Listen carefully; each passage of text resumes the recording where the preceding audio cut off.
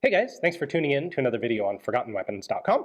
I'm Ian McCollum, and I'm here today in Port Stanley on East Falkland by generous invitation of the Falkland Islands Defense Force, and we're going to take a look at the history of the small arms of the Falkland Islands Defense Force. Now, various militias were formed and disbanded by the British here in the islands throughout the course of the 1800s. The Falkland Islands Defense Force, as it currently exists, essentially dates back to 1892. With the formation of the Falkland Islands Volunteer Corps. And at that point, the weapon that they used was the Martini Henry. It's not entirely clear to me which pattern of Martini Henry, but the 5.77-450 Martini. Now, the force would get significantly expanded with World War I because, well, there was a major naval battle down here during World War I. And the islanders were both responsible for coastal defense of the island, as well as they actually provided, by population, a pretty substantial number of volunteers to go serve in Europe in the war. And during this time, the force was rearmed with SMLEs, with number 1 Mark III Lee Enfield rifles. Those would remain as the main armament of the Corps through, well, frankly, through until about the 1970s. But during World War II was when the force really hit its peak of personnel. They had more than 400 men in the Corps at that point. They had a cavalry detachment, they had a coastal artillery detachment, and they were responsible for the physical security of the Falkland Islands, as well as its coastal defense, as well as anti-aircraft defense. It wasn't until a couple years into World War II that the British actually deployed a battalion. The West Yorkshires were deployed down here as basically an occupation force or a garrison force for the Falklands to make sure that they weren't, invaded by the Germans as a strategic naval station in the South Atlantic. So during World War II, they continued to use SMLEs from World War I, and they also got a batch of 250 more Enfields, which appear to have been number 4 Mark Is. So you'll see the number 4 Mark I and the number 1 Mark III both in FIDF use during and after World War II. Now, we have two really cool examples of FIDF SMLEs here that I want to show you the markings on because they're pretty unique and hard to find. These rifles are totally standard British-made, British-issue SMLEs. This particular one is a BSA gun made in 1918, and the FIDF went and actually stamped it, FIDF, on the top of the receiver, which is really pretty cool. This other one is a 1917 production. It has been marked sold out of service with the double broad arrow, but it actually still has an FIDF stock disc on it, which is also extremely cool. So I don't have any of them to show you, but during and in the immediate aftermath of World War II, the FIDF also was essentially armed up like a standard British military organization because they were actually a significant element in British military posture down here in the South Atlantic. They got Vickers guns. They actually had both Vickers and Maxim guns. Some of the Maxims may have come in more like World War I, but they had Vickers guns, Maxim guns, Lewis guns, Bren guns, the whole assortment of .303 caliber standard British small arms, essentially. And those would remain the primary weapons, well, all of the infantry weapons for the FIDF for a surprisingly long time. It wasn't until 1972 that they finally transitioned from .303 to .762 NATO. The force undergoes a major rearmament program in about 1972, and that is when the SLR shows up in the Falklands. So the British term for this rifle is SLR, self-loading rifle, the pattern L1A1. Now, it is essentially identical to the FN FAL, the Fusil Automatique Légère, which notably was used by the Argentines in the 1982 Argentine Falkland War. But these rifles show up in 72. They're standard British pattern L1A1s, which does mean, incidentally, they are semi-automatic only. Most patterns of FAL are selective fire. They have semi or full auto. The British specifically chose to only have semi-auto, and at this point, the Falklanders are taking the exact same weapon that the British have, so they get a semi-auto SLR. They, in terms of infantry small arms, they pick up a bunch of Sterling submachine guns. I forgot to mention this, they did, in the World War II period, they also had Sten MkVs, like 20 of them. Those are replaced by Sterling, L2 Sterling submachine guns in 1972. When Argentina lands troops on the islands on April 2nd, 1982, this was the primary equipment of the FIDF. Now at this point, the FIDF numbers had dropped really substantially from their height of 400 plus men in World War II. At that point, it had been a compulsory service situation. By the 70s, this was a volunteer-only force, and it had maybe 80 men, 70, 80 men, of whom 32 turned out when called on for the Argentine invasion. Now, to be fair to these guys, some of the troops are in Stanley, in the central, the one town on the islands.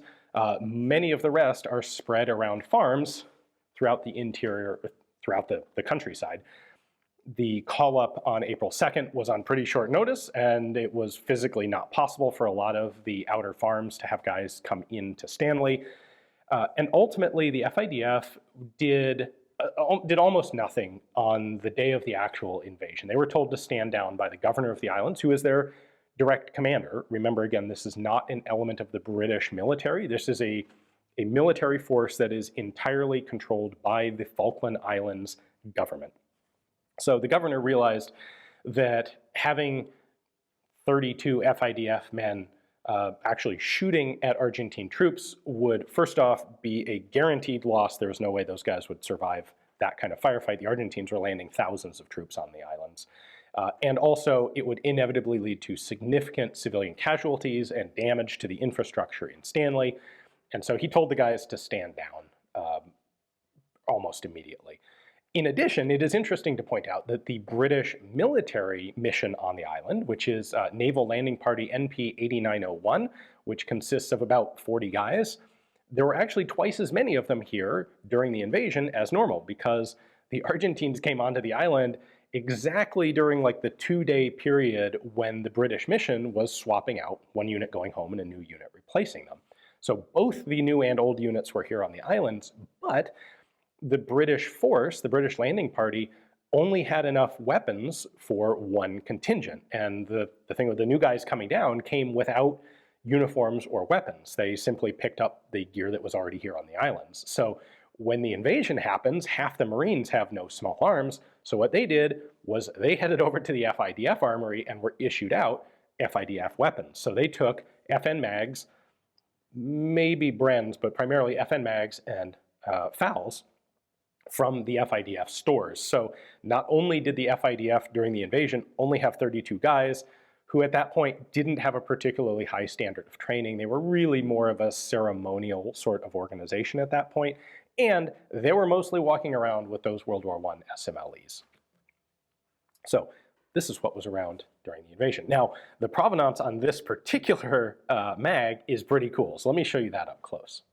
This particular one is actually an Argentine contract. So this is a mag that was manufactured by FN. Argentina did have a license to produce these themselves, but as is typical for that sort of licensing arrangement, they bought a batch from FN initially while they were setting up their own production. And this gun is one of that original batch made by FN, marked MAG. It has the Argentine national crest on it, and then it was actually captured after the war and taken into FIDF service. Now they only have one of these, and it is numbered number 1, but this is a particularly cool gun that served on one side and then taken over by the other side. Today, the rest of the FIDF FN MAGs are Manroy Engineering manufactured guns. So the RSAF Enfield also had a license to manufacture the FN MAG. RSAF Enfield was privatized in 1984 and shut down in 1988. When it shut down, its FN MAG license was taken over by a company called Manroy Engineering that had already been making Browning M2s for the British military. They picked up making FN MAGs for the British military, and those make up the rest of the FIDF's FN MAGs supplied today. After the war, in 1983, the FIDF is reconstituted, and it has a resurgence in popularity for perhaps obvious reasons. And it's at that point, shortly after the war, that they actually get their first ever sniper rifle, or designated marksman's rifle. Prior to 1982, they didn't have any of these. So during the World War II period, they didn't have any of the number 4Ts. After World War II, like even in the 70s when they re-equipped, they didn't have L42A1s. Just, it wasn't a large enough force, I guess, to justify the use of precision rifles. But that will change after the war. So the first one that they pick up is a Parker Hale M85, which is a pretty darn cool and actually really quite rare rifle. This was the second, basically the runner-up in competition to Accuracy International for what became the L96, the British precision rifle. So they have one of these here with a 6X fixed power Schmidt and Bender scope. That's their first designated marksman's rifle. The next major acquisition by the FIDF comes in 1992, and that is when they finally decide to replace their .308 caliber SLRs with a new 5.56 rifle. One might have expected them to go with the L85A1, which was by then the new British service rifle, but by then, by 1992, it was pretty obvious that the L85A1 had some really substantial flaws, and so instead, the FIDF, again, because they are not an element of the British military, but rather an independent force controlled and funded by the Falkland Islands government, they decide to adopt the Steyr AUG. And I actually have an entirely separate video about the different patterns and variations of AUG and its use in the Falkland Islands with the defense forces, but so we'll just touch on the basics here. They adopt the Steyr AUG. They do get a small number of heavy barrel AUGs, the bipod fitted long heavy barrel, the light support weapon version. And the initial plan is for that to actually replace both the 7.62 Bren and the FN MAG as the squad support weapon. That never fully happens. I don't have one of the heavy barreled ones here to show you, but they're trying to use the LSW AUG as a belt-fed support weapon, and it just isn't capable of handling that role. In fact, it's very similar to how the L86 LSW is really essentially a failure in British military service and is pulled out of service and replaced by the FN Mini-Me. Well, here in the Falklands, they pull the heavy barrel AUGs out of service, they convert them over to short standard rifle AUGs, and instead they go back to relying, well, they continue, because they never took the FN MAGs out of service. They simply adjust to using the AUG in pairing with the FN MAG. Now, I want to take a moment here to go off on a short sideline on handguns. These have never been particularly important to the FIDF. They are a small infantry unit, essentially. They don't have a door-kicking commando squad. The whole concept of, elite operators who have both a rifle and a backup handgun, that's not really what they are. They're infantry operating out in the Falklands. Handguns are not particularly useful. If you're carrying the weight, you're much better off carrying more ammunition for your rifle, or night vision equipment, or communications batteries, or many, many other things besides a handgun. But they do serve a role for a few things. Like I said, for a while, armed fisheries protection was one of the FIDF missions. So for shipboard use as a sidearm for a few officers, there is a place for some handguns. So early on, those were Browning high powers. And all the ones here in inventory were Inglis manufacture, World War II era high powers. That lasted until about 1999 or 2000, when Steyr introduced the Steyr Model M pistols. And having already established a really good relationship with Steyr, being very happy with their product from the AUGs, when the Falkland Islanders discovered that the Steyr M had been released and was available, they took a look, they thought, that looks pretty cool, and so they ordered a dozen of them. And those are still in inventory today, and that is the main handgun of the FIDF these days. So this is a pretty standard example of one of the high powers that's still in inventory here. You can see it's a Mark I Star Inglis manufacture. And it's the slightly later pattern where they'd gotten rid of the tangent sights and it just has plain fixed sights. The Steyr Model Ms, because they were ordered when the guns were totally brand new, these are first generation Steyrs that they still have here. They have fitted them out with, right from the same period, Blackhawk lanyards attached to the lanyard rings on the pistols, and they have all the features of the first-gen guns. So they have a proprietary Steyr sort of rail attachment point, which doesn't make any difference here because the FIDF has never needed to attach anything to them. They have the early grip style with sort of minimal texturing, and most interestingly, they have the first generation manual safety that came on the Steyr Model M, which is this lever here that you can pull down to activate like that. That locks the trigger, and to disengage it, you actually just push it back up with your trigger finger. So I don't think any of the Steyr M's that came into the US commercially had that safety on them, so that's kind of cool to see here. And of course, they have the unique early style of Steyr trapezoidal pistol sights. As we get into the 2000s, the FIDF begins to pick up more of the sort of diversified accessory or support sort of weapons that they didn't have earlier in their history. This is a period where the Falkland Islands start to actually make some money. The government starts to make money on fishing licenses, augmenting what had previously been basically an economy solely based on wool production. So the government actually has a fair amount of money. Now, they don't spend a ton of it on the FIDF, but for a force of its size, it's becoming really quite well equipped. And at one point here, they pick up a couple of, not surprisingly, Steyr 50 caliber rifles. So they have a couple Steyr HS50s set up with Schmidt & Bender PM2 scopes, like really good kit. And a long-range, powerful rifle like this is really quite well suited to the terrain of the Falkland Islands. Large, wide open spaces. This is something that a team could very easily hoof up to the top of one of the mountains here, hide away in a position in a rocky outcropping, and really make life miserable for an invading force from a really significantly long distance. It's worth pointing out that for a long time, the Falkland Islands sent teams to the Bisley shooting competitions, among others, and did remarkably well, especially considering the size of the island and the population pool that they were working from. And I think that has something to do with the significant wind that you often have here.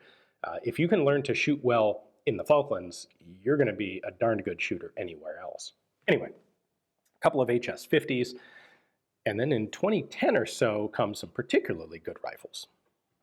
That's when, circa 2010, they pick up a batch of LMT LM7 precision rifles in 7.62 NATO, and they've got these kitted out quite nicely as well. So some of them today have 1.5/6x Elcan Spectre optics. Originally, they were all set up with Schmidt & Bender PM2s, and a bunch of them today still retain those PM2s, but they've also opted to put the Elcans on some of them as well. These are that interesting setup with a prism inside them, so they are set to either 1.5 or 6 power. They're not adjustable in between, but you've got your low mag and your high mag settings. Those are fitted out with suppressors, with bipods, whole nice kits. And again, you can see camo painted to fit the Falklands. This, again, is, in my mind, a particularly well-suited weapon to the terrain and the warfare that would be going on here in the Falklands should there ever be another conflict here. Again, you take this up into a well-camouflaged position, overlooking one of the roads. Cross-country travel in the Falklands is difficult, especially for vehicles. A lot of troop movements are confined to tracks and roads, and this is a weapon that could very easily interdict one of those tracks. Around the same time, they also picked up a batch of B&T 40mm launchers. These were originally designed as less lethal weapons, but they are also available as 40mm low-pressure grenade launchers. I'Specifically, they're the GL06.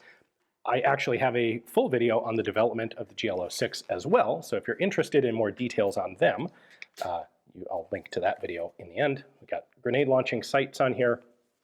It is just a plain simple single shot break open action.